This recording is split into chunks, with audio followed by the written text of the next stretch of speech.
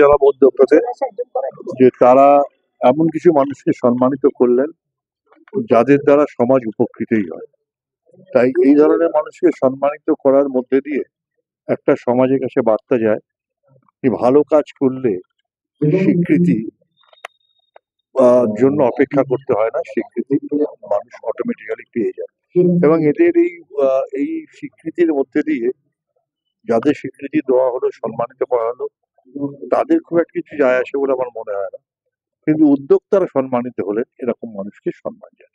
বারবার সংবাদ মাধ্যমের উপরে বিভিন্ন রকম ভ্রুকুটিও মানুষের থাকে, সেক্ষেত্রে রাজনৈতিক নেতৃত্ব হিসেবে বরিষ্ঠ নেতৃত্ব হিসেবে কি বার্তা থাকবে?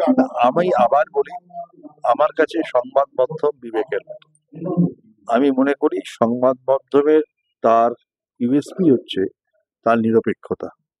সংবাদ মাধ্যম নিরপেক্ষভাবে কাজ করুক, কঠোর থেকে কঠোরতম সমালোচনা করুন, কিন্তু যেটা সমালোচনা সেটা সমালোচনা, যেটা প্রশংসা সেটা প্রশংসা করা উচিত। এবং কোনো অবস্থাতেই সংবাদ মাধ্যম যেন কারোর কাছে আত্মসমর্পণ না করে। এটাই। দাদা, আবার একটা দুর্গাপুরের ঘটনা, কি বলবেন? দুর্গাপুরের ঘটনা তো আপনারা দেখতেই পাচ্ছেন। দুর্গাপুরের ঘটনা আমার মনে হয় মানুষ এতদিনে কোনটা জল আর কোনটা দুধ বুঝতে পেরে গেছে।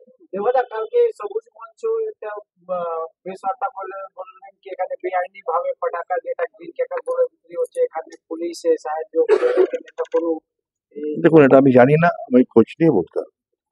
ধন্যবাদ।